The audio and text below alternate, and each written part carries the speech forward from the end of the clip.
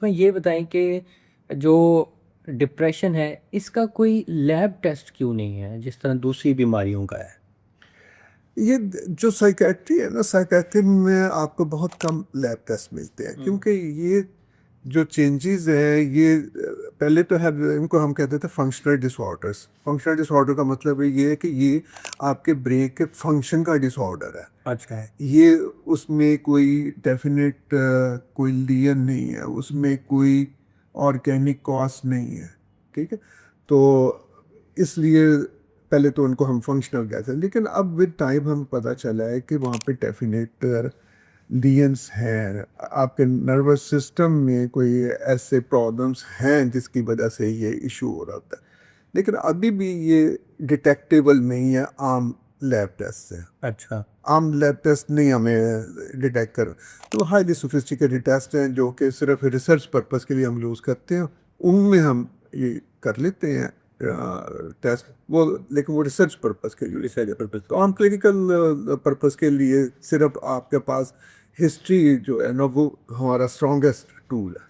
अच्छा, डिप्रेशन और एंग्ज़ायटी में क्या फ़र्क है? और कौन से हार्मोन्स ऐसे हैं जैसे डोपामाइन या सेरोटोनिन्स हो गए, वो डिस्टर्ब होते हैं इनमें? लेकिन बॉडी में जो आपके हार्मोन्स हैं जिन्हें हम कहते हैं न्यूरोट्रांसमीटर्स, न्यूरोट्रांसमीटर ये है जो नर्वस सिस्टम में one neuron to other neuron communicate करते हैं। बिल्कुल ठीक।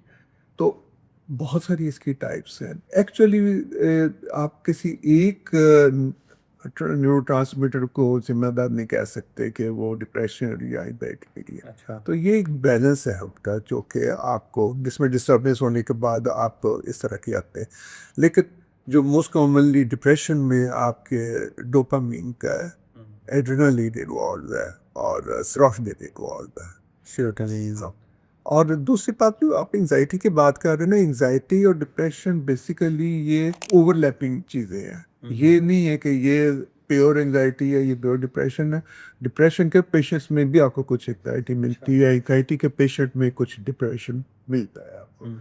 तो इसी तरह न्यूरो ट्रांसमीटर्स जो हैं वो भी जो डिप्रेशन में रिस्पॉन्सिबल है, वो ही एंजाइटी में रिस्पॉन्सिबल है। तो इसलिए हम जो ट्रीट करते हैं, हमारी जो मेडिसिन है, वही एंटी डिप्रेसर्स हम जो यूज़ करते हैं, वही हम एंटी एंजाइटी मेडिसिन यूज़ करते हैं। अच्छा, इसी में थोड़ी और डेप्थ में जाते हैं। एंटी साइकोटिक और एंटी डिप्रेसेंट, इनमें क्या फ़र्क है? एंटी साइकोटिक जो है ना, वो है साइकोसिस के लिए मेक हुँ। की, उनको हम साइकोसिस के लिए यूज़ करते हैं। एंटी डिप्रेसेंट को डिप्रेशन के लिए यूज़ करते हैं। जो साइकोसिस है उसमें जो न्यूरोट्रांसमीटर इन्वॉल्व हैं वो डिफरेंट टाइप्स के हैं, और डिप्रेशन में डिफरेंट टाइप्स के, इसीलिए दोनों में फ़र्क भी है। हुँ।